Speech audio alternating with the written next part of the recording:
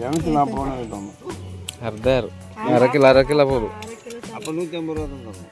1 kilo எடுத்துக்க 280. இல்லை நான் 2 பேரும் எடுத்துக்கிறேன். வச்சுங்க 2 நாளைக்கு இந்த மாதிரி ஃப்ரெஷ் நீங்கள் கேட்டாலும் கிடைக்காது. நீங்கள் பாருங்கள் மீனை தொட்டு பாருங்கள். கொத்துச்சு ஒரு வாரம் வச்சுக்கோங்க. வேறு மீனே தரமாட்டேன். அயிலன்னா அயில தான் கொடுப்பேன். நீங்கள் எதை வேணாலும் எடுத்துங்க, உங்கள் இஷ்டம். அயிலன்னா அயில தான் தேர்க்கு பாருங்கள், அது வேறு. அதெல்லாம் தரோம். இந்த வேலைக்கு அதை எப்படி கொடுக்கணும்?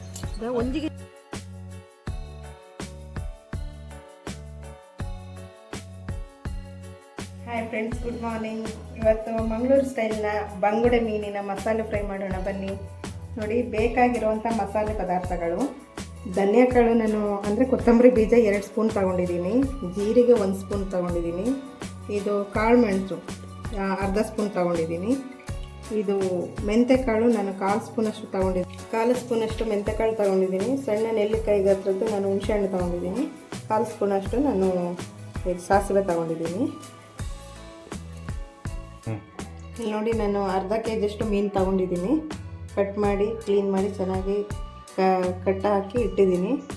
ಮೆಣಸಿನ್ಕಾಯಿ, ಬ್ಯಾಡಗಿ ಮೆಣಸಿನ್ಕಾಯಿ 10ರಿಂದ 12 ನಾನು ಬಿಸಿನೀರಲ್ಲಿ ಹಾಕಿಟ್ಟಿದ್ದೀನಿ. 1/2 ಅವರ್ ಹಾಕಿಟ್ಟಿದ್ದೀನಿ. ಯಾಕೆಂತಂದರೆ ಇದು ಕಲರ್ ಚೆನ್ನಾಗಿ ಬರುತ್ತೆ, ಅದಕ್ಕೋಸ್ಕರ ನಾನು ಹಾಕಿಟ್ಟಿರೋದು. ಇವಾಗ ತೆಗೆದು ಎಲ್ಲ ಮಿಕ್ಸಿ ಜಾರಲ್ಲಿ ಹಾಕಿ ಮಸಾಲೆ ಮಾಡ್ಕೊಂಬರೋಣ. ಅರ್ಧ ಸ್ಪೂನಷ್ಟು ನಾನು ಅರಿಶಿಣ ಪುಡಿ ಹಾಕ್ತಾಯಿದ್ದೀನಿ.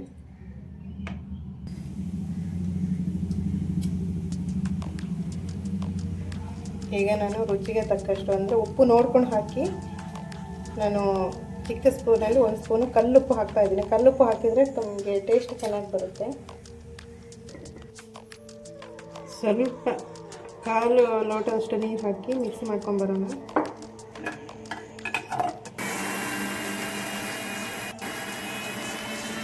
ನೋಡಿ, ಈಗ ಮಸಾಲೆ ಆಗಿದೆ. ಅದೇ ಕಲರ್ ನೋಡಿ ಎಷ್ಟು ಚೆನ್ನಾಗಿ ಬಂದಿದೆ. ಈ ಥರ ನುಣ್ಣಗಾಗಿರಬೇಕು. ಮಿಕ್ಸಿ ಮಾಡಿದಂಥ ಮಸಾಲೆಗೆ ಮನೆಯಲ್ಲೇ ಮಾಡಿದಂಥ ಶುಂಠಿ ಬೆಳ್ಳುಳ್ಳಿ ಪೇಸ್ಟು 3/4 ಸ್ಪೂನಷ್ಟು ನಾನು ಆ್ಯಡ್ ಮಾಡ್ತಾ ಇದ್ದೀನಿ.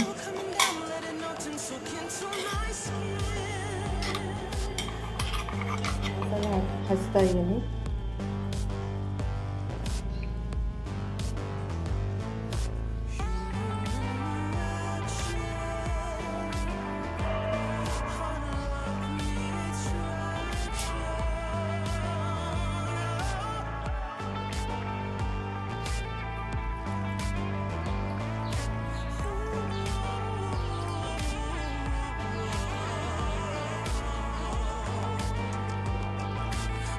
ಈಗ ಮಸಾಲೆ ಮಿಕ್ಸ್ ಆಗಿದೆ.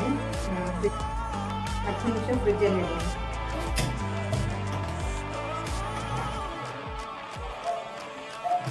ಆಗಿದೆ, ಫ್ರಿಜ್ಜಿಂದ ತರ್ತಾ ಇದ್ದೀನಿ.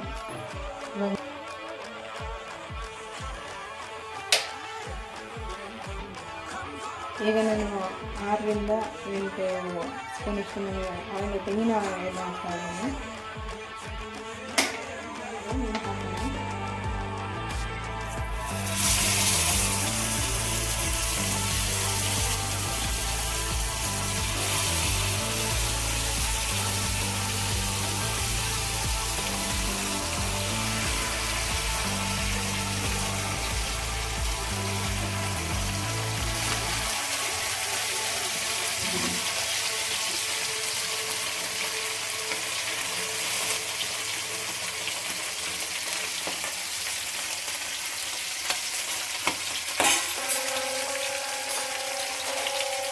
ಈಗ ಸ್ವಲ್ಪ ಫ್ರೈ ಆಗಿದೆ, ತೆಗೆಯೋಣ. ಯಾಕಂದರೆ ನೆಕ್ಸ್ಟ್ ಮಸಾಲೆಯಲ್ಲಿ ಫ್ರೈ ಮಾಡೋದಿದೆ.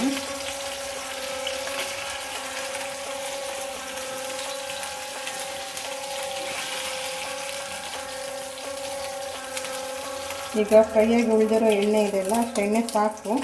ಅದಕ್ಕೆ ನಾನು 1 ಕಡ್ಡಿಯಷ್ಟು ನಾನು ಕರಿಬೇವು ಹಾಕ್ತಾಯಿದ್ದೀನಿ.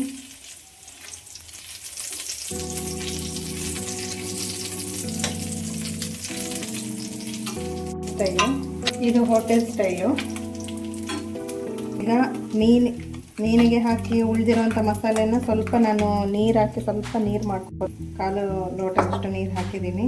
ಸ್ವಲ್ಪ ನೀರು ಮಾಡಿಕೊಂಡು, ನಿಮಗೇನಾದರೂ ಈ ಮಸಾಲೆಗೆ ಉಪ್ಪು ಕಡಿಮೆ ಆಗಿದ್ದರೆ ಸ್ವಲ್ಪ ಉಪ್ಪು ಹಾಕ್ಬೋದು, ನೋಡ್ಕೊಂಡು ಹಾಕಿ. ಇವಾಗ ಈ ಮಸಾಲೆಯನ್ನೇ ನಾನು ಇಲ್ಲಿ ಹಾಕ್ತಾಯಿದ್ದೀನಿ. ಈಗ ನೋಡಿ,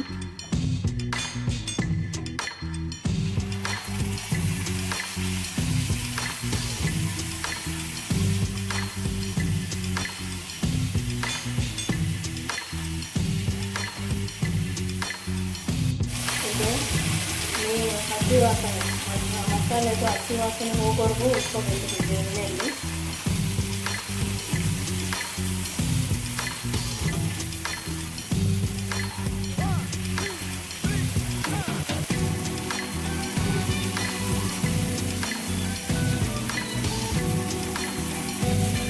ಈಗ ಆಗಿದೆ, ಈಗ ಮೀನು ಹಾಕುವ.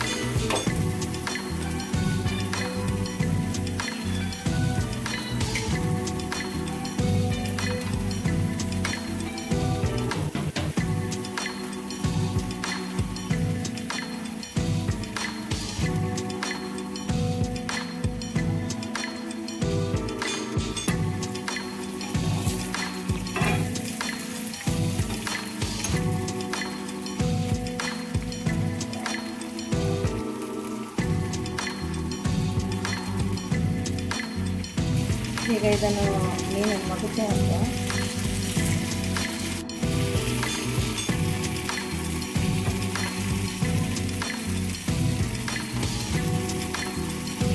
ಮಸಾಲೆ ಜಾಸ್ತಿ ಬೇಕಿದ್ರೆ ಮಸಾಲೆ ಜಾಸ್ತಿ ಹಾಕೋಬೋದು. ಬಟ್ ಡ್ರೈ ಬೇಕು ಅಂದರೆ ಸ್ವಲ್ಪ ಮಸಾಲೆ ಕಮ್ಮಿ ಹಾಕೋಬೋದು.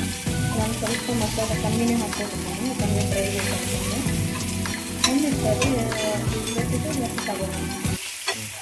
ಲಾಸ್ಟಲ್ಲಿ ಮಾತ್ರ ಸ್ಟವನ್ನು ಸ್ವಲ್ಪ ಕಮ್ಮಿ ಇಟ್ಕೊಳ್ಳಿ.